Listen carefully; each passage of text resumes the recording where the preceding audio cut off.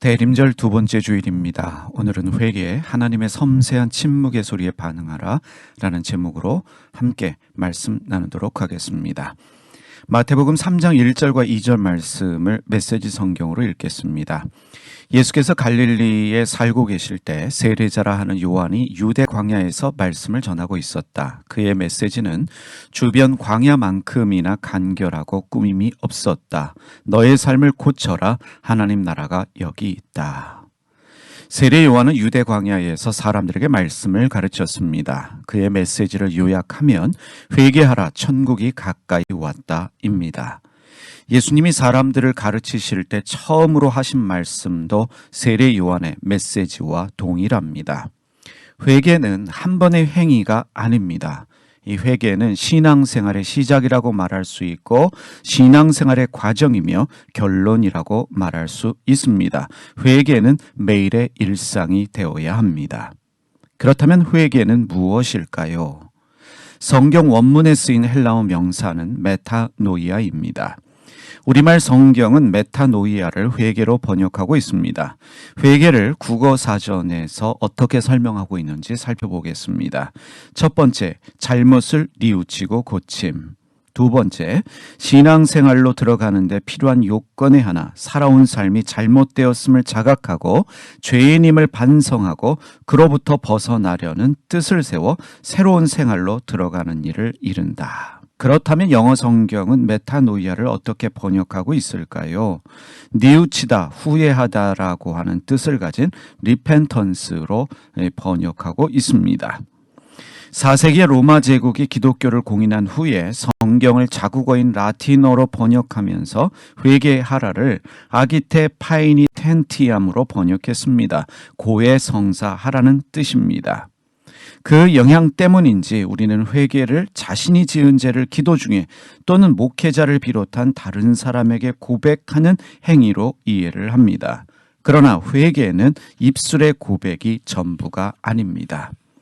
오늘 우리가 읽은 것처럼 메시지 성경은 다른 성경과 달리 이 회개하라는 말 대신에 너의 삶을 고쳐라로 번역하고 있습니다.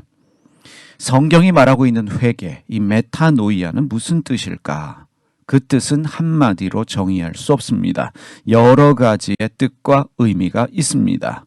오늘은 회개의 뜻과 의미를 살펴보면서 성경에서 말씀하고 있는 회개가 무엇인지를 살펴보기를 원합니다.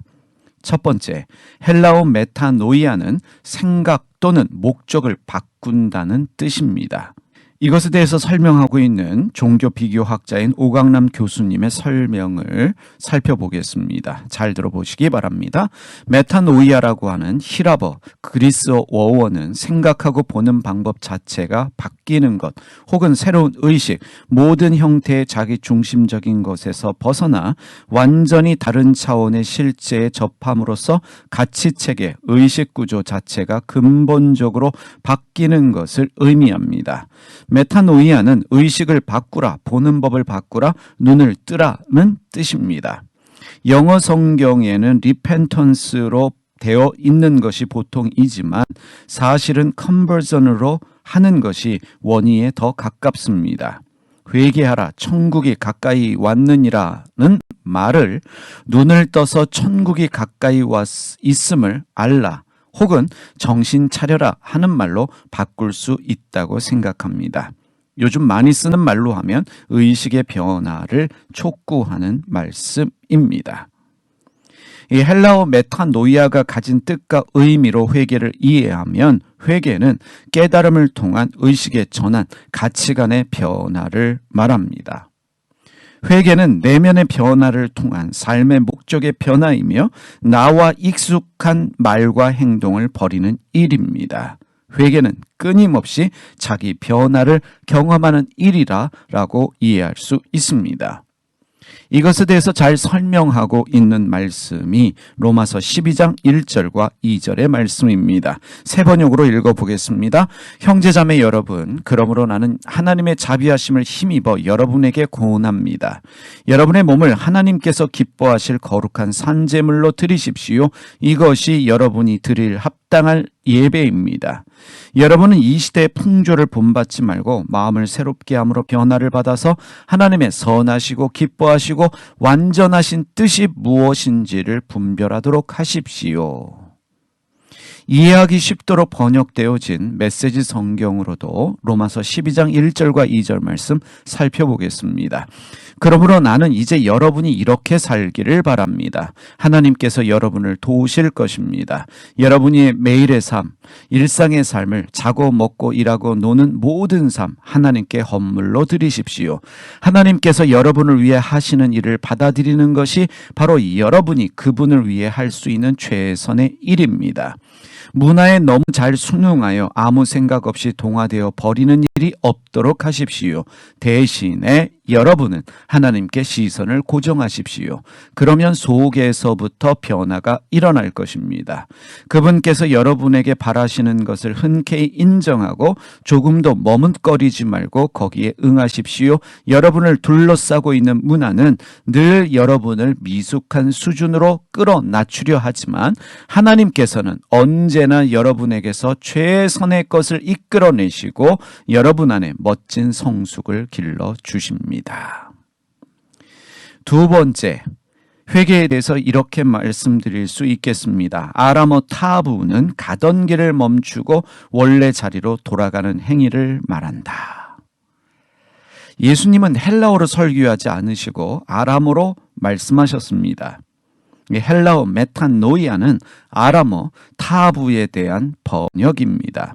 그렇다면 아람어 타부의 뜻도 우리가 살펴볼 필요가 있습니다. 타부는 가던 길을 멈추고 원래 자리로 돌아가는 것을 말합니다. 처음 모습을 회복하는 것을 말할 때 사용하는 아람어가 타부입니다. 예수님과 세례 요한은 사람들에게 가던 길을 멈추고 원래 자리로 돌아가라고 말씀한 것입니다. 원래 자신의 모습을 회복하라 라고 말씀해 주신 것으로 우리가 이해할 수 있습니다. 그러면 우리가 이런 질문할 수 있습니다. 우리의 원래 자리는 어디이며 우리의 원래 모습은 무엇일까? 아람어 타부에 대해서 고전 문헌학자이신 배철현 교수님의 설명을 읽어드리겠습니다. 아람어 타부는 그리스어 메타노이아에서는 발견할 수 없는 또 다른 차원의 의미를 선사한다. 타부는 신이 모든 인간에게 각각 맡긴 그 미션을 깨달아 알고 그뿐만 아니라 인간의 마음속 깊이 숨겨져 있는 신의 DNA를 회복하라는 명령이다. 하나님은 사람을 하나님의 형상과 모양으로 창조하셨지만 사람은 하나님의 형상과 모양, 즉 하나님의 DNA를 상실하고 살아가고 있습니다.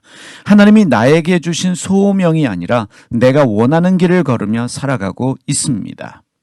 회개는 잃어버린 하나님의 DNA를 회복하는 것입니다. 나에게 주어진 하나님의 소명, 나에게 주신 길을 찾아가는 그 행위를 회개로 이해할 수 있습니다. 하나님이 아브라함을 택하셨습니다. 하나님이 아브라함을 택하신 중요한 이유가 있습니다. 우리가 여러 번 살펴보았던 말씀, 창세기 18장 19절 말씀 메시지 성경으로 읽겠습니다. 그렇다 내가 그를 택한 것은 그가 자기 자녀와 후손을 가르쳐 하나님의 생활 방식을 따라 친절하고 너그럽고 바르게 살게 하려는 것이다. 그리하여 하나님이 아브라함에게 약속하신 것을 이루려는 것이다.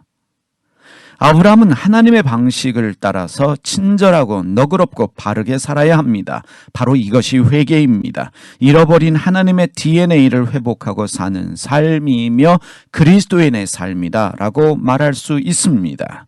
우리는 어디에서 무엇을 하든 고민하고 생각하고 성찰하면서 하나님의 생활 방식에 따라 다른 사람에게 친절하고 너그러운 삶, 바른 삶을 살아야 합니다. 창세기 18장 19절을 반복하는 이유가 있습니다. 바로 이것이 우리 교회와 교우들의 정체성이 되어야 하기 때문입니다. 회개에 대해서 세 번째로 이렇게 말씀드립니다. 메타노이아 타부는 마음속 깊은 곳에서 들려오는 하나님의 세미한 소리에 반응하는 행위이다. 생각과 사고의 변화, 메타노이아. 가던 길을 멈추고 원래의 자리로 돌아가는 타부는 우연하게 생기는 일이 아닙니다. 회개는 사건과 사고가 있어야 합니다. 그 사건과 사고는 하나님의 소리를 듣는 영적 사건입니다. 다시 말해 회개는 하나님의 소리를 들을 때, 하나님의 음성을 들을 때 생겨나는 영적 사건이라고 우리가 말할 수 있겠습니다. 엘리야는 북이스라엘의 선지자였습니다. 타락하고 부패한 정권을 향해서 회개를 외치는 정의로운 선지자였습니다. 그는 거짓된 바알 종교의 선지자들과도 맞서 싸운 진실된 선지자였습니다. 바알 종교의 선지자들과 대결한 이후에 아합 왕의 왕비인 이세벨이 엘리야를 죽이려고 합니다. 이 말을 듣고 두려움을 느낀 엘리야는 도망하게 됩니다. 열왕기상 19장 3절에서 5절 말씀 읽겠습니다. 엘리야는 두려워서 급히 일어나 목숨을 살리려고 도망하여 유다의 부엘세바로 갔다. 그곳에 자기 시종을 남겨두고 자신은 홀로 광야로 들어가서 하룻길을 더 걸어 어떤 노뎀나무 아래로 가서 거기에 앉아서 죽기를 간청하며 기도하였다. 주님, 이제는 더 바랄 것이 없습니다. 나의 목숨을 거두어 주십시오. 나는 내 조상보다 조금 더 나을 것이 없습니다. 그런 다음에 그는 노뎀나무 아래에 누워서 잠이 들었는데 그때 한 천사가 일어나서 먹으라고 하면서 그를 깨웠다. 엘리야 선지자가 누워 있었던 노뎀나무는 볼품이 없습니다. 그늘도 없습니다. 사실 우리는 로뎀나무를 쉼과 안식의 상징으로 알고 있는데 그렇지 않습니다. 로뎀나무는 고난을 상징하는 나무입니다. 엘리야의 처지를 잘 나타내고 있는 나무가 로뎀나무라고 말할 수 있겠습니다.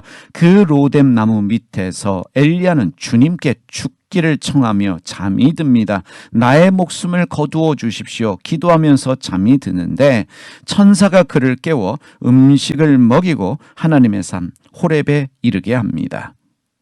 열왕기상 19장 9절에서 10절 말씀 세 번역으로 읽겠습니다. 엘리야는 거기에 있는 동굴에 이르러 거기에서 밤을 지냈다.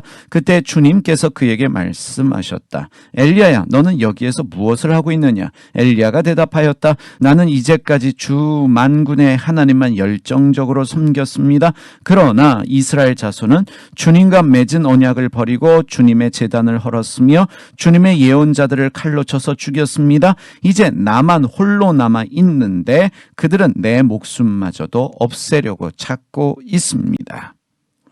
하나님은 엘리야에게 여기 있는 이유를 물으셨고 엘리야는 자신의 처지를 한탄합니다. 하나님께서는 엘리야에게 산 위에 서 있을 것을 명령하십니다. 열왕기상 19장 11절과 12절 말씀 메시지 성경으로 읽겠습니다. 그러자 하나님의 말씀이 다시 들려왔다. 나 하나님이 지나갈 것이다. 너는 가서 산 위에서 하나님 앞에 주의하여 서 있어라.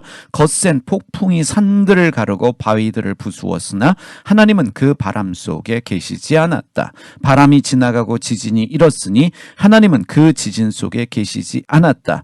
지진이 지나가고 불이 일었으나 하나님은 그 불 속에 계시지 않았다. 불이 지나간 뒤에 부드럽고 고요한 속삭임이 들려왔다. 거센 폭풍 속에도 지진 가운데도 불 가운데도 주님은 계시지 않았습니다. 폭풍과 지진과 불이 지나간 후에 부드럽고 고요한 속삭임이 들려왔습니다. 이 고요한 속삭임, 개역개정은 세미한 소리로 번역하고 있습니다. 히브리어 원문에는 콜 더 마마 다카로 기록하고 있습니다. 콜 더 마마 다카, 이 말은 섬세한 침묵의 소리라는 뜻입니다. 마음 깊은 곳에서 들리는 소리라는 뜻입니다. 그 말이 콜 더 마마 다카입니다. 하나님이 엘리야의 마음 안에 계셔서 엘리야에게 섬세한 침묵의 소리로 말씀하고 있습니다. 하나님의 선지자 엘리야는 이세벨의 말 한마디에 두려움을 느껴서 자기가 있어야 할 자리를 떠나 도망했습니다. 로뎀나무 밑에서 죽기를 간구하며 모든 것을 포기했습니다. 엘리야는 메타노이아의 회개가, 타부의 회개가 필요한 사람이었습니다. 그래서 하나님은 그를 하나님의 산 호렙으로 부르셔서 섬세한 침묵의 소리 콜덤마마 다카로 말씀해 주셨습니다. 엘리야는 하나님의 임재가 자신 안에 있음을 깨달았습니다. 그리고 자신이 해야 할 일, 자기가 있어야 할 곳이 어디인지를 알게 됩니다. 하나님의 섬세한 침묵의 소리로 하나님의 DNA를 회복한 엘리야는 다시 자기 자리로 돌아가서 자기의 일을 하게 됩니다. 하나님의 섬세한 침묵의 소리를 들은 사람은 더 이상 원망이 없고 불평이 없습니다. 자기가 있어야 할 곳에서 묵묵히 자신이 해야 할 일을 하는 사람입니다. 하나님의 섬세한 침묵의 소리를 들은 사람은 하나님의 DNA를 가지고 겸손하게 열정적으로 자기에게 맡겨진 일들을 감당합니다. 하나님의 생활 방식에 따라 다른 사람에게 친절하고 너그럽고 바르게 행동합니다. 그러면 하나님의 섬세한 침묵의 소리를 어떻게 들을 수 있겠습니까? 답은 성경입니다. 우리는 성경을 통해서 하나님의 섬세한 침묵의 소리를 들을 수 있습니다. 히브리서 4장 12절 말씀 세 번역으로 읽습니다. 하나님의 말씀은 살아있고 힘이 있어서 어떤 양날 칼보다도 더 날카롭습니다. 그래서 사람 속을 꿰뚫어 혼과 영을 갈아내고 관절과 골수를 갈라 놓기까지 하며 마음에 품은 생각과 의도를 밝혀냅니다. 우리가 성경을 제대로 읽으면 내가 죽고 내 소리도 죽게 됩니다. 하나님의 말씀이 내 생각을 죽이시고 나의 소리를 잠잠케 하십니다. 내 소리가 죽을 때 하나님의 섬세한 침묵의 소리를 들을 수 있습니다. 거기서 끝나지 않습니다. 사람이 존재혁명되어집니다. 하나님의 생활 방식에 따라 착하고 너그러운 사람으로 살 수 있습니다. 디모데후서 3장 16절과 17절 말씀도 세 번역으로 읽습니다. 모든 성경은 하나님의 영감으로 된 것으로서 교훈과 책망과 바르게 함과 의로 교육하기에 유익합니다. 성경은 하나님의 사람을 유능하게 하고 그에게 온갖 선한 일을 할 수 있게 하는 것입니다.